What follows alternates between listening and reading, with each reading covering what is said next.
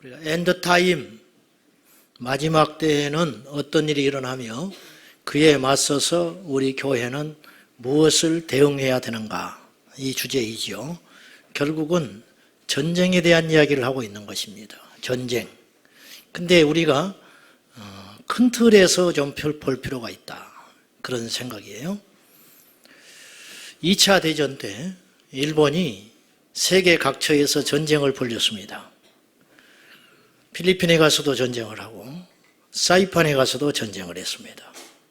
그 침략 전쟁을 하면서 계속 어떤 전쟁에는 좀 이기기도 하고 승리하기도 하고 패배하기도 했겠죠. 어느 필리핀 지역에 가서 예를 들면 연합군과 전쟁을 해가지고 수백 명을 이기고 어떤 자그마한 고지 하나를 일본군이 점령을 해서 막 승리했어요. 승리처럼 보이죠. 그런데 본토 히로시마에 원자폭탄이 떨어져가지고 일본 황제가 손을 들어버렸다 칩시다. 그러면 사이판에서 조그만 전쟁에서 승리한 건 아무런 의미가 없습니다. 영적인 측면도 마찬가지예요. 우리가 자그마한 승리를 이룰 수가 있습니다.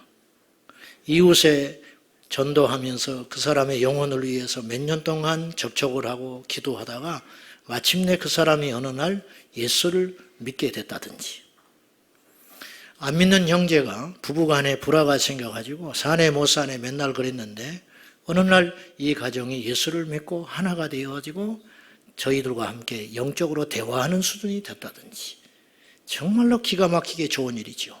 귀신에 시달리는 한 영혼이 어느 날 교회에 와서 기도를 하는 중에 귀신이 떠나가고 치료를 받았다든지, 이건 승리입니다. 이것도 귀하고 놀라운 승리입니다. 그렇지만 우리가 그런 작은 승리를 하는 동안에 어떤가 거대한 어떠한 환경과 상황 속에서 우리가 지고 있다면 이거는 문제가 심각하다는 것입니다. 오늘 제가 그런 이야기를 좀 하고 싶습니다. 좀 포괄적이고 조금 넓은 이야기지만은 제가 지혜가 다하는 날, 다하는 때까지 한번 이야기를 해보고 싶은데요. 우리가 엔드타임 두 번째 때 대체물의 등장이라는 주제를 가지고 설교를 한 적이 있었습니다.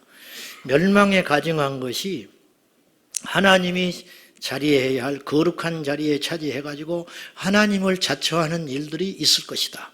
이때는 너희가 뒤도 돌아보지 말고 도망해야 된다. 예수님께서 마태복음 24장에 경고했습니다. 이게 미래적인 이야기인 것 같지만 사실은 예전에도 이런 일이 있었습니다. 그 대표적인 사례 하나가 이것인데요. 여로보암 왕이 자기를 따르는 열지파와 함께 반란을 일으켜서 북이스라엘을 만듭니다. 근데 자기 북이스라엘에는 성전이 없어요. 남쪽 예루살렘에가 있거든요. 그래서 여로보암이 민심을 수습하기 위해서 어떻게 했냐면 베델과 단이라는 곳에 가짜 유사 성전을 2개를 지어놓고 그 가운데 금송아지 우상을 만들어 놓고 안식일을 지키며 절기를 지키게 했습니다. 그 많은 북이스라엘 백성들 중에 어떤 사람도 그것이 잘못됐다는 것을 눈치를 못 채고 하나님의 이름을 부르며 안식일 날 금송아지 앞에 예배를 드리고 제사를 지냈습니다. 그것이 하나님이라고. 어떻습니까? 우리가 볼 때는 너무 잘못됐지만 그들은 전혀 잘못된 일을 몰랐어요. 이게 바로 멸망에 가증한 것이 거룩하게 선 것에 대한 대표적인 사례입니다. 그러면 거꾸로 이렇게도 한번 생각을 해봅시다. 가짜가 진짜의 자리에 와서 노릇을 하는 것도 문제지만은 진짜가 변질되어 가짜가 되는 현상은 또 어떻게 생각할 것인가? 어쩌면요, 이 후자의 경우가 더 우리에게 힘이 들고 더 위력적일 수 있습니다. 깨어있는 양심이 있는 조그마한 믿음이 크다 적다 그걸 논하기 전에 예수님을 알고 그래도 예수를 믿는다고 하는 아주 기초적인 믿음만 있는 사람이라면, 양심적인 그리스도인이라면 현재보다 닥칠 미래를 걱정할 것이고 나의 안위보다 이 세상의 제2의 문제와 우리 자녀들의 미래에 대해서 당연히 염려하고 있을 것입니다. 이게 당연한 이치입니다. 과거 기독교회는 2000년 역사 가운데 한시도 편할 날이 없었습니다. 사실은 내부적 부패는 일단 오늘 말하지 않기로 하고, 외부적인 위협에 의해서 기독교 2000년 역사 가운데 교회는 수많은 순환을 겪었습니다. 그 첫째가 신앙의 박해였습니다. 박해. 오늘날도 마찬가지고요. 지금 우리가 이렇게 편안하게 예배를 드리고 있는 듯 싶지만 이 지구상 어디선가는 예수 그리스도를 믿음으로 죽는 일이 오늘 또 일어날 것입니다. 2000년 기독교 역사는 계속 이와 같은 순교의 피, 아벨의 피처럼 뿌려지는, 제단에 뿌려지는 피가 쉬지 않고 있었습니다. 그런데 이 박해는 순교자들의 피를 불러왔고 결과적으로 순교자들의 이 거룩한 피는 하나님의 교회를 만드는 자양분이 됐습니다. 그래서 마귀는 어느 날 깨닫게 됐어요. 박해로는 교회를 없앨 수 없구나. 핍박으로는 믿는 자들을 꺾을 수 없구나. 한 사람을 죽이면 두 사람의 믿는 자가 나타났어요. 교회 하나를 불살라 없애버리면 그 교회가 없어진 걸로 끝나는 것이 아니라 그곳에서 믿는 사람들이 흩어져서 수십 개의 교회가 되는 것을 알게 됐습니다. 두 번째, 기독교 위협이 또 하나 큰 것이 있었는데 그것은 이단의 특세였습니다. 이단들의 공격은 초기 기독교에 뜨겁기만 하던 감정적 신앙을 더욱 예리하게 가다듬어 오히려 역설적으로 이단들의 공격으로 말미암아 교회는 탄탄한 이 신학을 정립하게 되고 위대한 신학자가 나오는 아이러니를 만들고 말았습니다. 그래서 마귀는 이제 더 이상 이런 방법으로 우리를 공격하지 않습니다. 오늘날 우리를 향한, 이 시대를 향한 기독교에 대한 이 악한 마귀의 도전은 어떻게 실행되고 있는가? 지금까지 받았던 그 어떤 공격보다 생소하고 강하며 진보된 공격들을 퍼붓고 있습니다. 자, 여러분, 제가 지금 나열하는 것 중에 하나, 어느 것이 더 우리 신앙에 치명적인 것이 될 것인지 한번 맞춰보시기 바랍니다. 핍박, 이단, 그리고 공공교육기관에서 가르치고 있는 진화론, 어떤 것이 우리 신앙에 진짜 위협이 될까요? 멀리 볼 때. 그리고 동성애 합법화 시도들, 어떤 것이 우리 신앙에 진짜 큰 위협이 될 것 같습니까? 겉으로는 핍박이나 이단이 문제인 것 같아요. 그렇지만 이보다 더 무서운 공격이 있는데 그건 진화론과 혹은 동성애 합법화, 이런 내용들이 훨씬 이 시대에 우리에게 큰 위협이 됩니다. 지난 16일 날 경기도 의회에서 성평등 조례 개정안이 발의가 되어 통과가 되어버렸습니다. 그게 우리하고 아무런 상관이 없는 것 같지요. 전방에서 우리가 막 총을 싸우면서 고지를 지키면서 적군을 하나 둘 이겨가면서 승리에 도취하고 있을 때 우리 후방 본토에서는 원자폭탄이 떨어지고 있다니까요. 지금 이 경기도 의회에서 이것을 대표 발의한 분이 누구냐면 박옥분 의원인데 이분은 교회 집사입니다. 제가 실명을 거론해도 상관이 없는 것은 지금 인터넷에 다 밝혀진 내용이기 때문에 이건 명예훼손이 아닙니다. 이분은 교회 집사인데 자기는 의롭다고 뭔가 소외된 계층에 대하여 뭔가 인권을 챙겨주겠다고 자기도 모르게 이것을 발의했을지 모르지만 곧 알게 될 겁니다. 당신이 지금 얼마나 무시무시한 일을 했는지 알게 될 것입니다. 인권조례는 흔히 지금 어떻게 표현을 하냐면 작은 차별금지법이라고 표현을 해요. 차별금지법을 계속 시도를 했는데 기독교 단체에서 이것을 막아서니까 이제는 전략을 바꿔가지고 다른 이름으로 또다시 공략을 하고 있는 형국입니다. 우리나라 지방자치단체가 243개가 있는데 그중에 98개가 인권조례법이 통과된 상태입니다. 그럼 인권조례안, 이번에 대표 발의하여 통과시킨 경기도 인권조례안은 과연 우리에게 앞으로 어떠한 문제를 야기시킬 수 있는가? 이걸 따져봐야지요. 그 골자는 지금 오늘 그거 이야기를 하려는 건 아니고 이것은 거대한 마지막 때의 기독교와 교회와 성경에 대한 사단의 위협 중에 하나, 이제 공격 무기 중에 하나인데 이것에 대한 예시라고 여러분이 이해하고 들으셔야 되겠습니다. 그거 하나만 보지 마시고요. 그러면 이것을 통과시킴으로 과연 우리에게는 어떤 일이 벌어질 것인가? 여기서 이 개정안을 발의하면서 바꾼 것이 대표적인 것이 두 개입니다. 첫째는 양성평등에서 양자를 뺐어요. 성평등 조례안을 발의시켰어요. 이게 뭐 도대체 한자 빠진 게 뭐가 문제냐? 우리나라는 재헌국회를 통하여 우리나라 헌법이 만들어진 다음에 오늘 여기에 이르기까지 우리나라는 자유민주국가를 표방하고 있습니다. 그래서 개인의 자유, 혈통, 그다음에 이 성별, 남자나 여자라는 이유만으로, 그리고 빈부귀천이라는 이유로, 그리고 인종으로, 어떤 피부색에 의해서, 그런 것에 의해서 차별받지 않는 나라로 우리나라는 이미 명시되어 있습니다. 그러니까 더 이상 손댈 필요가 없는 법이에요. 근데 이 양성이라고 하는 것은 남자와 여자를 말하는 거예요. 양성, 이 차별해서는 안 된다는 것을 무엇으로 바꾸냐면 성차별을 해서는 안 된다는 것으로 개정을 한 거예요. 그러면 그것이 무슨 뜻이냐? 개인의 성은 요새 성적 취향에 따라 네 가지로 분류를 해요. 첫째는 흔히 말하는 레즈비언, 여자들끼리 끌리는 거예요. 이걸 레즈비언이라고 그래요. 이 레즈비언, 그 다음에 두 번째는 게이, 홍모 연예인이 지금 언론에 나오고 있는 그분이 이제 동성애자잖아요. 남성끼리 끌리는 걸 게이라고 그래요. 그 다음에 세 번째 성적 취향이 있는데 양성애자라는 게 있어요. 남자도 여자고 동시에 나는 사랑을 할 수 있다고 하는 사람들이에요. 실제로 안젤리나 졸리 같은 헐리우드의 배우나 혹은 뭐 그런 사람들이 그런 것들을 과거에 가졌다고 자기 스스로를 고백을 했어요. 자, 여러분 커밍아웃이라는 말을 한번 했는데 제가 커밍아웃이라고 하는 건 진정한 커밍아웃은요, 내가 동성애를 몰래 했는데 내가 이제부터는 더 이상 숨어서 답답해서 못 견디겠다. 내가 사실은 동성애자다. 그러니까 나를 이해해라. 이 용기 있는 결단이고 이렇게 하면서 그걸 커밍아웃이라고 그러는데 진정한 커밍아웃은 뭐라고 표현을 해야 되냐면 제 표현입니다. 진정한 커밍아웃은 내가 원래 동성애자였는데 예수를 만나서 변화되었다. 이래야 커밍아웃이에요. 저는 그렇게 봐요. 그것이 진짜 커밍아웃이어야 하는 거예요. 내가 지난날 이런 죄인이었다. 그러나 나는 예수를 만나서 새롭게 되었다. 이것이 커밍아웃 아니에요? 네 번째는 트랜스젠더입니다. 아예 외부적인 수술을 통해서 자기 성 정체성을 바꿔버리는 거예요. 이것이 이제 인권조례법의 근간이에요.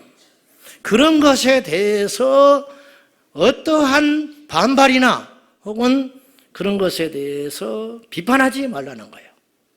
두 번째는 각 기관, 지금 경기도 인권조례법의 두 번째 근간, 각 기관 그리고 단체, 기업체, 심지어는 종교단체에 대해서도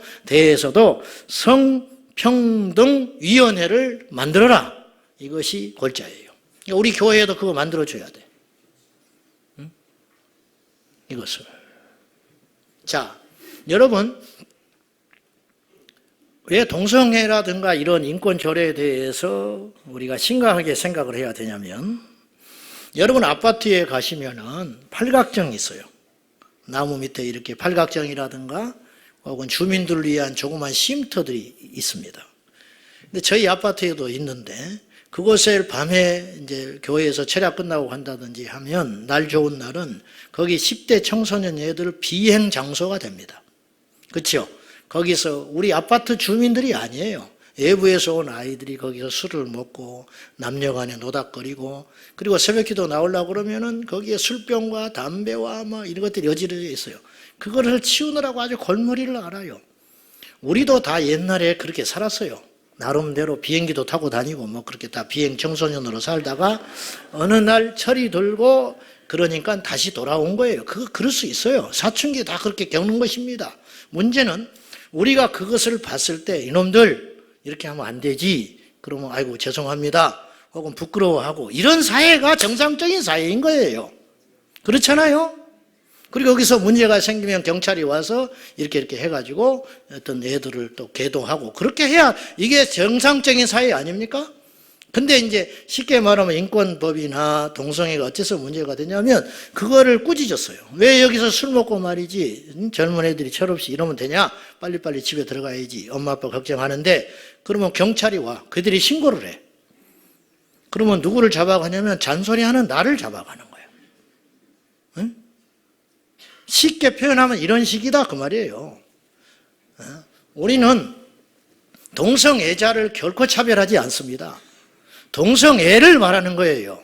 동성애 행위 자체를 성경에서 금하고 있는 죄이기 때문에. 그리고 영적인 측면에서 볼 때 그런 세상의 어떤 어둠의 영들과 그런 것들에 빠져 들어가는 사람은 절대 예수 안 믿어요.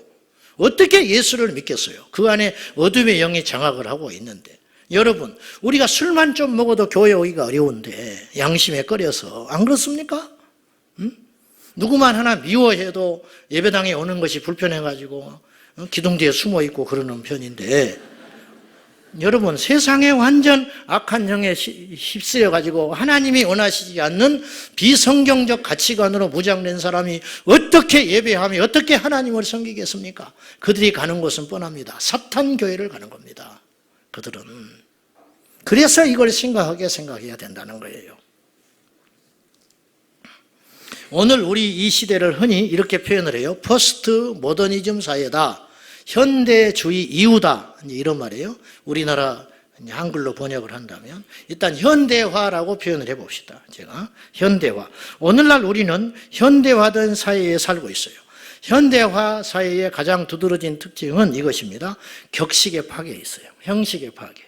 옛날에는 음악이라는 것도 그 시대마다 대표하는 음악 장르가 있었어요. 미술도 사조가 있었어요. 장르. 건축물도 바로크 건축물 이런 식으로 얼마 동안에는 이런 건축물이 유행을 했고 그런 것이 있었다고요. 그러나 오늘 이 시대는 다 깨져버렸어요. 이제는 그런 것들이 존재하지 않아요. 그러니까 내가 좋으면 좋은 거예요. 응? 내가 좋으면. 예전에는 서양의 이 양복을 입고 성악을 했다 칩시다. 그러나 오늘날 이 시대는 그걸 고집하잖아요. 개량 한복을 입고 성악을 할 수도 있는 거예요. 그거에 대해서 옛날에는 용납하지 않는 사회였지만 지금은 그것을 존중해 주는 사회가 됐어요. 그것 자체를 나쁘다고 볼 수는 없어요. 문제는 그 흐름이 교회 안에, 신앙 안에 들어오기 시작했다는 거죠. 자, 아까 했던 이야기를 다시 할게요. 멸망에 가증한 것이 거룩한 것에 선 것도 심각한 문제이지만 거룩해야 할 존재가 세상에 휩쓸려 세속화된다는 것은 더 끔찍한 일입니다. 사실은. 여러분, 결국은 이로 인하여 이 현대화로 인하여 어떤 격식이 파괴된 세상이 도래함으로 가장 큰 타격을 받은 대상이 있는데 기독교 신앙입니다. 왠지 아십니까? 기독교 신앙은 절대주의이기 때문에 그래요. 여러분, 우리의 지금 윤리성, 우리의 부족함, 제가 예수 믿지 않는 사람보다 더 부족한 게 많아요. 엊그저께도 우리 집에 누가 왔는데 내가 물어봤어. 이제 내가 목사라는 걸 알게 된 거예요. 그 AS 기사가. 가지고 뭐가 일이 좀 잘못돼가지고 내가 할 수 없이 가야 했어요. 그랬더니 집사람이 찌르면서 목사인 줄 알아? 조심하라는 거예요. 그래서 내가 이렇게 저렇게 이야기하다가 이제 처리한 다음에 웃으면서 나 목사같이 안 보이지요? 그랬더니 그런데 목사같이 안 보인대 내가. 그러면서 그런 이야기를 했어요. 그리고 웃고 말았는데 내가 그래서 이렇게 이야기했지. 사람은 겉으로 보면 안 된다. 속을 봐야 돼. 그러고 말았는데 웃었습니다만은 무슨 말을 하다가 이렇게 왔나 모르겠네. 우리가 그렇게 부족한 게 많아요. 저부터서. 가야 할 길이 멀어. 그렇지만 그것과 상관없이 우리가 하나 분명히 알아야 할 것은 진리는 우리 안에 있어요. 우리가 맞아요. 이제 이 소리 때문에 우리가 욕을 먹는 거예요. 네 꼬라지도 모르면서 그런 말 한다고. 부패에 연루되어 있고 교회는 그렇게 썩어 자빠졌으면서 세상에 대해서 옳은 소리 한다고. 그러나 우리는 이렇게 외칠 수밖에 없어요. 길이요 진리요 생명 되신 주님은 우리 주 예수밖에 없다고. 그래서 결국은 마지막 대척점은 어디에 도달하게 되냐면 세상의 흐름과 기독교 신앙과 맞부딪힐 수밖에 없다는 것이에요. 진짜일수록 세상의 공격에 취약해요. 예를 들면 여러분들이 둘의 생협에 가서 사과를 사 먹었는데 그것이 농약 사과였다. 그러면 둘의 생협 문 닫습니다. 우리가 비싼 대가를 지불하고 종류가 많아서 그곳에 가는 게 아니에요. 값이 싸기 때문에 가는 게 아니에요. 우리가 둘의 생협에 가서 어떤 물건을 취하여 산다는 것은 많은 콩나물이 있지만 배나 비싼 풀무원 콩나물을 사는 이유는 이것이 깨끗하기 때문에 사는 거예요. 근데 풀무원 콩나물이 오염됐다고 언론에 나왔다. 그 순간 풀무원은 문 닫는 거예요. 둘의 생협이 오염된 사과를 팔았다. 그러면 끝나는 거예요. 왠지 아세요? 둘의 생협의 본질은 그것이기 때문이에요. 교회의 본질이 무엇입니까? 교회의 본질이 많은 수에 있습니까? 그러면 숫자가 줄어든다면 이기겠지요. 그러나 그것 아니에요. 교회의 본질이 무엇에 있습니까? 교회의 본질은 진리에 있는 것입니다. 그러니까 진리가 훼손됐다. 진리를 양보했다. 뭐 겉으로는 문제가 없어요. 그렇지만 그 부분이 오염되기 시작했다면 교회는 끝장 나버리는 거예요. 오늘 본문을 한번 보십시오. 초대교회 7교회 중에 하나인 두아디라 교회에 대한 주님의 경고인데 19절과 20절을 같이 한번 보기를 바랍니다. 다 같이 시작. 내가 내 사업과 사랑과 믿음과 섬김과 인내를 아노니 네 나중 행위가 처음 것보다 많도다. 그러나 내게 책망할 일이 있노라. 자칭 선지자라 하는 여자 이세벨을 내가 용납함이니 그가 내 종들을 가르쳐 깨어 행음하게 하고 우상의 제물을 먹게 하는도다. 두아디라 교회에 대하여 성령께서 칭찬과 책망을 동시에 하고 있어요. 칭찬할 것이 있다. 그건 무엇이냐? 너의 사업과 사랑과 믿음과 섬김과 인내. 이러니까 교회가 너희들이 세월이 흘러감으로 겉으로 보기에는 성숙해졌다 이거예요. 사랑도 깊어지고 인격도 커지고 섬김의 어떠한 그 분량도 커지고 그런 것이 처음보다 점점점 더 좋아졌다. 그런데 내가 너희에게 책망할 것이 있는데 이세벨을 용납하여 너희의 지도자들과 교회가 간음하고 영적으로 행음하고 있다는 사실에 대하여 내가 책망하노라. 여러분 문제 없는 겁니까? 그러면 다른 건 다 좋아졌다는 거예요. 숫자도 많아지고 주변의 칭찬도 듣고 교회가 인격적으로도 성장했다는 거예요. 근데 한 가지가 문제예요. 그건 뭐냐? 간음하고 있다. 영적으로 퇴색했다. 그럼 두아디라 교회는 하나님 앞에 칭찬받는 교회입니까? 천만에 그렇지 않습니다. 이건 정말로 역겨운 현상이 일어나고 있는 것입니다. 오늘 우리가 눈치채지도 못한 채 이러한 세상의 흐름과 유행에 현대화의 물결 속에 세속화에 물들어가지고 교회가 세상을 닮아가고 있지는 않는가. 이걸 봐야 된다는 거예요. 이슬람, 다원주의, 이단, 동성애, 공산주의, 자본주의, 자유주의, 신신학, 진화론 등등 헤아릴 수 없는 많은 이슈들과 사상과 철학들이 결국은 각기 다른 모습으로 뭔가를 추구해 가는 듯 싶지만 마지막 대척점은 결국은 교회와 성경에 맞닥뜨리게 되는 거예요. 이들은 서로 연결되어 있어요. 이들은 서로 연결되어 있어요. 결국은. 현대화된 사회를 통해 마귀는 반대를 통하여 우리를 공격하고 있는 것이 아니고 이건 이미 재미를 보지를 못했고 오히려 교회를 더 강화시킨다는 것을 깨달았기 때문에 반대나 위협의 전술은 이제는 버리고 있다고 봐요. 그럼 마귀는 무엇을 하고 있느냐? 유혹과 왜곡과 변질을 통하여 공격하고 있다는 것인데 이는 우리에게 더더욱 치명적인 것입니다. 제가 예를 들어 볼게요. 여러분 중국 선교가 어려울 것 같아요? 일본 선교가 어려울 것 같아요? 내가 이렇게 말하니까 답을 말하는 것이지 겉으로는 중국이 훨씬 어려워요. 중국은 전도가 금지된 국가입니다. 그래서 길에 가서 노방전도하면 공안한테 잡혀가요. 우리가 가서 전도하면. 외국인이 내국인에게 복음 못 전하게 되어 있는 나라가 중국입니다. 즉 중국은 예수 금지 국가입니다. 일단. 근데 일본은 노방에 가서 전도를 해도 잡혀갈 일이 없습니다. 일본 사람들은 이렇게 이야기합니다. 중국에 가서 복음을 전하면 여기서 불법이라고 말을 하고, 일본 동경 시내에 가서 복음을 전하면 일본 사람들은 뭐라고 말을 하냐면 우리는 예수가 필요 없다 이렇게 이야기해요. 그러면 결국은 어디가 더 결과적으로 복음 전하기는 쉬울지 모르지만 열매를 거둬들일 확률은 너무 없다는 것이에요. 그 증거가 어디에 있느냐? 중국은 아시다시피 십자가를 내리고 교회를 문 닫게 하고 지금 무수히 많은 핍박들이 중국에서 진행되고 있어요. 그렇지만 중국 교회는 더 성장하고 있습니다. 이것이 우리에게 이야기하는 바가 뭐예요? 지금 한국 사회는 복음 전하는 게 자유로운 국가고 하루가 멀다 하고 주변에 교회들이 일어났다 없어졌다 하지만 기독교인들은 뚫고 있습니다. 무엇을 말하는 것입니까 지금?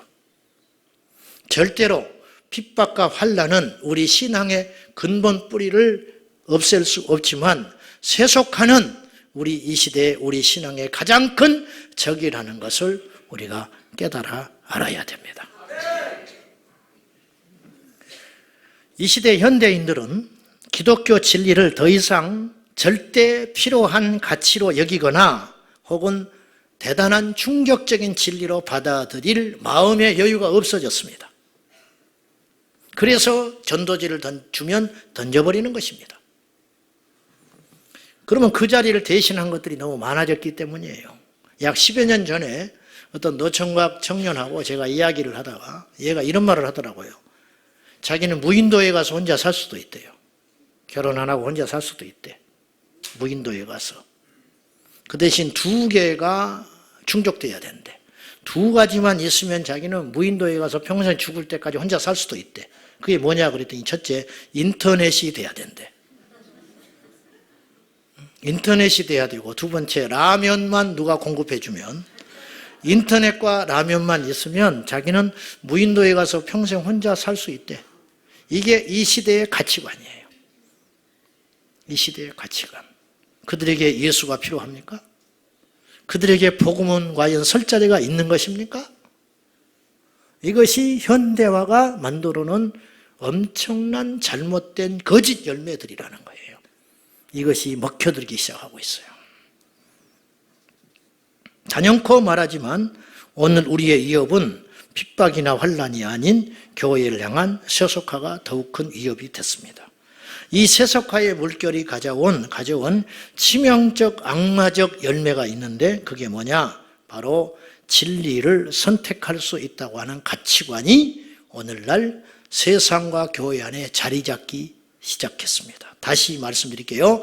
진리를 선택할 수 있다라는 생각.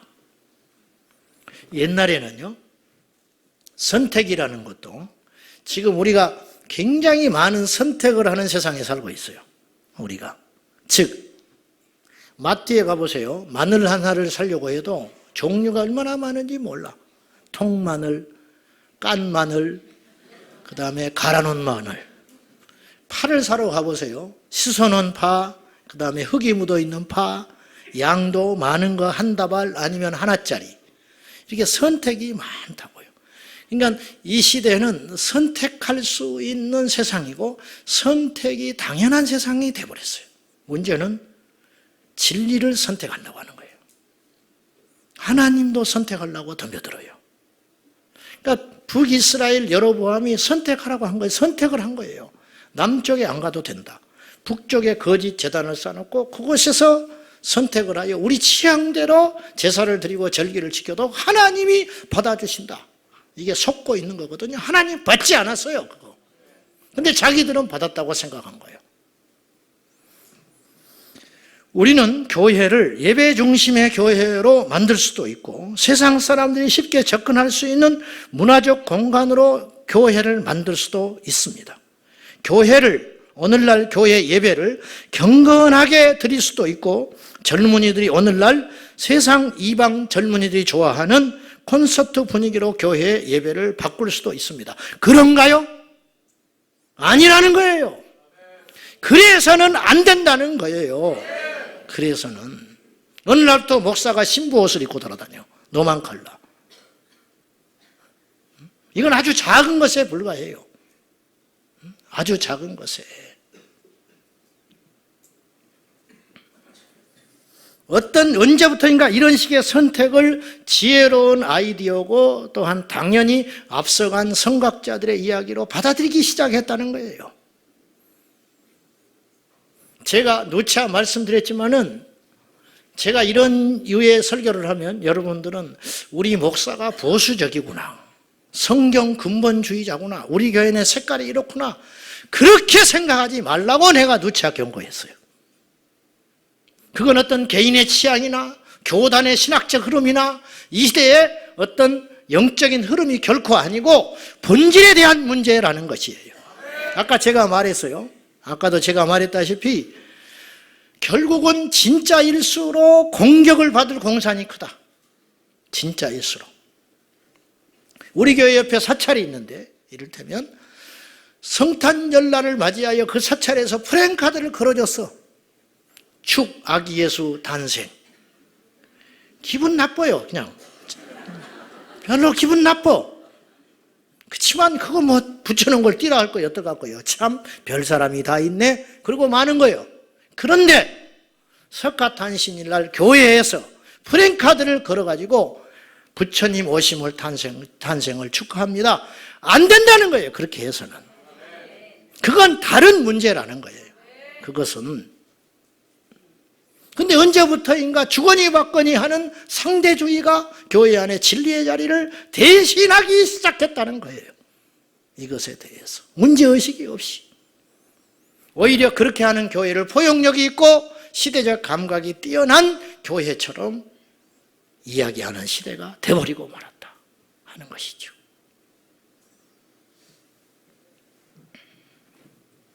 여러분 핸드폰을 새로 구입한다든지 하면 앱을 새로 깔아야 됩니다. 알아들으시겠죠? 구글 앱 스토어에 가가지고 또 어디 그걸 찾으러 다니는 게 아니에요. 그거는 핸드폰에 있어요. 거기서 이제 앱을 다운받으려면은 거기에 가입을 해야 돼. 회원 가입. 그러면 거기에다가 내 영자로 이제 성을 쓰고 이름을 쓰고 그렇게 한 다음에 거기에 몇 가지 이제 기입해야 할 란이 나와요. 거기에 보면은 생년월일도 넣고 그 다음에 거기에다가 성별 란이 있습니다. 여러분 확인해 보십시오. 제 말이 거짓인지. 그 구글이 거기에 성별 란을 클릭을 하면 성 종류가 4가지가 뜹니다. 첫째는 남자, 두 번째는 여자, 세 번째는 공개하지 않음. 그건 그럴 수 있어요. 나를 밝히지 않겠다는 거야. 네 번째, 사용자 지정. 그렇게 떠요. 그러니까 내 성을 내가 정할 수 있다. 내가 남자처럼 보이죠. 그죠? 남자처럼 보이죠. 참 웃기는 세상이 됐죠. 비극적인 세상이 됐는데 내가 남자인데 누가 봐도 남자인데 나는 오늘 비도 오고 그러니까 여자이고 싶다. 그래서 거기에다가 나는 여자라고 체크를 해도 아무런 상관이 없다. 거기에 선택의 권한이 있다. 결국 이 시대는 이 선택의 이 초점이 축이 어떻게 옮겨졌냐면은 옛날에는요, 이 선택 그러면 옳고 그르냐를 가지고 선택을 할 수 있었어요. 그죠? 옳고 그르냐. 그러잖아요. 하나님이냐, 세상이냐. 천국이냐, 지옥이냐. 진짜냐, 가짜냐. 진리냐, 비진리냐. 그걸 놓고 판단을 하고 선택할 수 있는 세상이었어요. 이것이 합리적이고 상식적인 세상이에요. 근데 오늘날은 어떻게 되어 있냐면은 선택하는 자의 권리가 무엇을 선택하느냐보다 더 중요한 세상이 됐어요. 즉, 내가 원하면 가는 거예요. 그것이 공익에 반하고 주변 사람들을 고통스럽게 해도 상관이 없어요. 그것 중에 하나가 바로 양심적 병역 거부예요. 양심적 병역 거부. 내 양심이 군대를 가지 않기를 원한다. 그러니까 국가에서 바라는 거 그거 중요하지 않다는 거예요. 주변의 공익에 반하는 거 그거 상관없다는 거예요. 내 나라가, 우리나라가 국방이 무너져가지고 공산화돼도 상관이 없다는 거예요. 나만 좋으면 그만인 거예요. 이것이 바로 현대화가 우리에게 가져다 준 선택의 비극. 그래서 진리나 권위와 순종은 무너져 버리고 이 땅에 우리 자녀들은 말할 것 없고 교회 안에 소위 예수를 믿는다고 자처하는 우리들조차도 자기의 소위대로 예수를 믿는 기가 막힌 사사시대가 도래했다는 거죠. 여러분 다 입맛대로 예수 믿으려고 하잖아요. 여러분이 지금 여기 있는 이유도 여러분과 맞기 때문에 있는 것 아닙니까? 솔직히 말하면 그것이 중요한 게 아니라는 거예요. 성경에 맞느냐? 진리이냐? 내가 다니는 이 교회에서 예수를 믿으면 나는 안전하게 천국에 갈 수 있겠는가? 이걸 따져보라는 거예요. 내가 좋다 안 좋다가 아니고. 근데 자꾸만 내가 좋다 내가 싫다. 봉사? 그것도 역시 그거에 따라 흔들려요. 교회의 필요에 의해서 내가 희생하고 봉사하는 게 아니에요. 내가 싫으면 안 하는 거예요. 내가 좋으면 하는 거예요. 자리 배치도 마찬가지. 안으로 좀 들어가시죠. 싫다는 거예요. 내가 이 자리에 좋아서 앉아있는데 네가 뭔데? 예배위원이면 예배위원이지. 나도 여기 예배 드리러 온 사람인데 네가 왜 나보고 들어가라 마라 하냐는 거예요. 여기가 좋다는 거예요. 공익, 공동의 이익이나 양심, 그것은 다 없어져 버린 세상이 됐어요. 내가 선택하는 것이 중요한 세상. 겉으로는 그럴듯하지요. 여기에 무슨 그리스도의 권위가 있고 무슨 말씀의 능력이 있습니까? 성경은요, 여러분이 하나 발견해야 할 게 있어요. 성경에서 제일 많이 등장하는 단어가 있어요. 그게 뭔지 아세요? 여호와께서 이르시되. 여호와께서 이르시되. 여긴 타입이 없어요. 주님이 말씀하시면 끝. 예수께서 이르시되. 어떤 반론도 없어요. 하나의 예를 가져오면 마태복음 7장에 예수님께서 이렇게 이야기하셨어요. 좁은 문으로 들어가라. 그 길은 협착하다. 힘들다. 그래서 찾는 자가 적다. 그러나 그 길이 생명길이야. 좁은 문으로 가라. 넓은 문으로 가는 자가 많을 것이다. 그렇죠? 그 말씀을 제가 설교를 준비하면서 여러 차례 다시 읽어봤어요. 언뜻 읽을 때는 좁은 문이 있고 넓은 문이 있는데 너희들은 좁은 문을 선택하는 것이 좋다. 이렇게 처음에 읽었어요. 근데 자세히 보니 그게 아니었어. 주님은 엄중하게 우리에게 명령하고 있었어요. 좁은 문으로 들어가라. 여러분, 선악과는 선택의 사항이 아닙니다.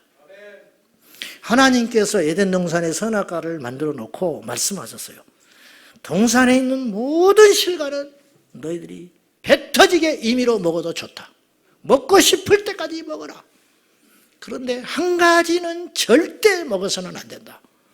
선악을 알게 하는 나무는 먹으면 죽는다. 그렇게 이야기하셨어요. 근데 오늘날 인간은 그것조차도 선택사항으로 바꾸고 있습니다. 마귀가 아담에게 찾아와서 선택하라고 이야기해요. 저걸 먹어도 돼. 그잖아요. 이 미혹은 오늘날 우리에게 있다는 거예요. 분명히 말씀드려요. 신앙은 선택이 아니에요. 예배는 선택이 아니에요. 기도는 선택이 아니에요. 복음 전파는 선택이 아닙니다. 듣든지 안 듣든지 전하는 거죠. 내가 죽게 되어도 예배는 중지될 수 없어요.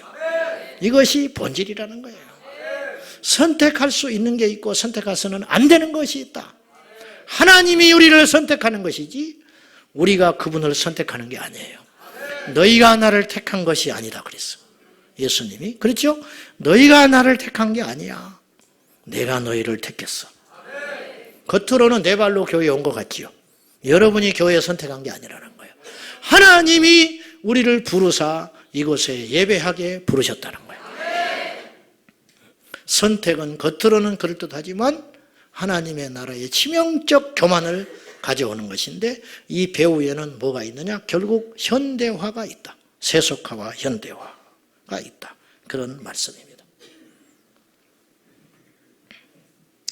어거스틴은 다음과 같은 이야기를 했어요. 복음 안에 있다 하면서 믿고 싶은 것은 믿고 싶지 않으면 안 믿는 여러분들은, 그 시대 5세기 때 어거스틴이 이야기한 거예요. 이미 여러분들이 복음 안에 있다고 하면서 믿고 싶은 것만 믿고 싶지 않는 것은 안 믿는 여러분들은 복음이 아니라 여러분 스스로를 믿는 우상에 빠져 있는 것이다. 그렇게 이야기했어요. 맞아요. 여러분들은 말씀과 질서에 순종하는 어떤 사람들을 대하여 시대에 뒤떨어진 사람이라고 치부하고 있다면 이미 여러분은 현대화에 물들어버린 사람이며, 이 악한 물을 빼내지 않는 한은 십자가를 절대 이해할 수 없습니다. 절대 이해할 수 없어요. 말씀 맺을게요. 우리 안에 가만히 들어온 이세벨을 보셔야 됩니다. 과연 우리는 안전한가? 영적으로 우리를 행음하게 만들고 타협하게 만들고 세상과 손잡게 만드는 요소들은 무엇인가? 성숙하고 겉으로 보기에는 사랑이 넘치고 더 인내심이 있고 더 성화의 길을 걷는 것 같지만, 이 진리의 부분에서 세상과 손을 잡고 타협하고 진리의 기준이 흐트러져 있고 낮춰져 있다면 우리는 예수 그리스도를 버린 자들과 같습니다. 결국은 거짓물도 다시 보듯이 우리 안에 들어와 있는 세상의 유행과 풍조들을 단호히 내몰아야 됩니다. 이로 인하여 우리는 세상에서 고립되게 될 것입니다. 이로 인하여 우리는 세상에서 손가락질을 받게 될 것입니다. 이로 인하여 우리는 세상에서 외면당할 줄도 모릅니다. 내가 너희들에게 화평을 주러 온 줄로 생각하지 말라. 나는 너희에게 검을 주러 왔노라. 나로 인하여 시어머니와 며느리가, 형제가, 부모와 자식이 서로 갈라지는 일이 있게 될 것이다. 세상이 너희를 미워하거든 너희들은 명심해라. 너희를 미워하기 전에 나를 먼저 미워한다는 사실을 기억하라. 예수님이 위로해 주셨고, 너희는 담대하라. 내가 세상을 이기었노라 말씀하셨기 때문에 반드시 세상에 잘 보이기 위하여 세상 풍조를 따라가는 공동체는 마지막 날에 반드시 멸망하고 말 것입니다. 그러나 외롭고 힘들어도 진리를 붙잡고 오직 예수 그리스도 그분이면 전부라고 믿는 그 사람들만 마지막 날 거룩한 신부로 공중에서 다시 오실 우리 주 예수님을 만나게 될 것이고, 결국 그들은 죽는 자가 아니고 망하는 자가 아니고 패배하는 자가 아니고 결국은 승리자로 마지막 천국의 환희의 축제에 들어갈 수 있게 될 것입니다. 사랑하는 여러분, 우리 안에는 세상의 그 어떤 유혹이나 사상과 비교할 수 없는 오직 본질 되시고 진리이신 한 분 예수 그리스도, 그분으로 충분합니다. 기도하겠습니다. 하나님 아버지, 세상에서 고립되어도 좋습니다. 세상에서 무시당해도 좋습니다. 우리는 맞고 그들은 틀리기 때문입니다. 우리는 예수님이 계시기 때문입니다. 주 예수여, 어떤 모략과 어떤 공격과 어떤 핍박을 받아도 절대 포기할 수 없는 예수 그리스도, 그분만을 붙잡고 우리 모두가 나아가게 하여 주시옵소서. 우리 안에 가만히 들어온 이세벨의 영은 없는지 보게 하여 주시고 단호하게 물리치게 하옵소서. 예수님의 이름으로 기도하옵나이다. 아멘.